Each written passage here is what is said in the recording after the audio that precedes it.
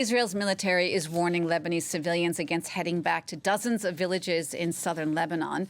Israel says Hezbollah's activities in the area are violating a ceasefire agreement that was struck last week.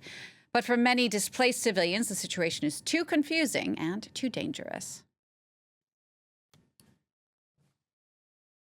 I have a special condition. I'm paralyzed on one side of my body. I can't be a burden to others, so I fled here. Now, it's said that there's a ceasefire, but massacres are still happening every day.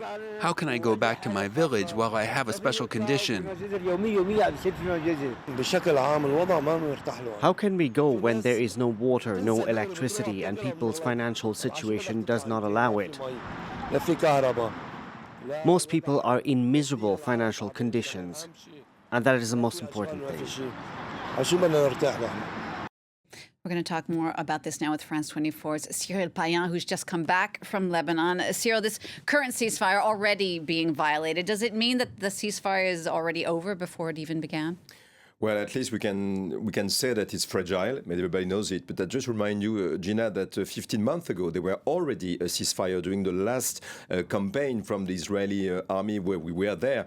And according to the UN, people were just monitoring the violations of this very ceasefire. We're talking about southern Lebanon only. It's 15,400 violations of this ceasefire for the past 15 months. So, knowing that, which is obviously on the ground, everybody knows that because they live with it, with strikes, bombardments. Now we're talking more about destruction of houses in the perimeter of the buffer zone, a few kilometers inside Lebanon by the Israeli army. But the drones, I've been told the drones are already flying over the skies of Beirut. So, well, the fragility is the definition of this new ceasefire, even if it allowed tens of thousands of people to try to come back to their homeland in the southern Lebanon. We were with them on the ground on Friday, the very first day of this ceasefire. We know now that regarding what was the reality on the ground, that nearly half of them just went back to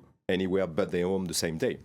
Cyril, you've been to Lebanon many times over the years. You know the country very well. And you were telling me that for many people on the ground that you were speaking to this time, the war seems like it's really at a turning point. Well, the comparison with the strikes of 10 days ago on Lebanon, with the extreme violence of strike, 257 killed, we took everybody by a huge surprise with the intensity and the virality of the strikes. It reminded the people of the commotion of the explosion of the port of Beirut on August 2021.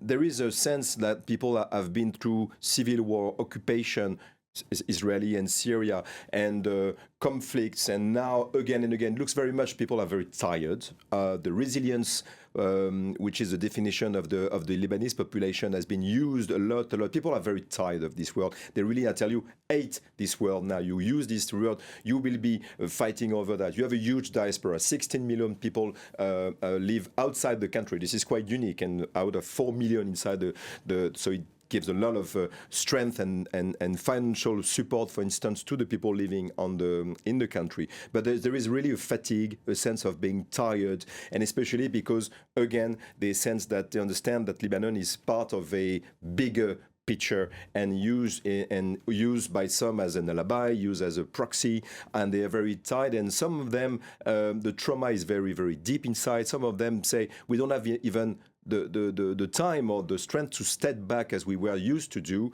and yeah, it's just quite the first time. And when you see that on the ground, we're talking to the people, there is also a sense of huge communitarism coming back in the minds, namely that the communities are quite separated now. So it's quite scary of what we have been living and enduring in this country and what we could see in the future, namely a civil war. Cyril, thank you for that. France 24's Cyril Payen.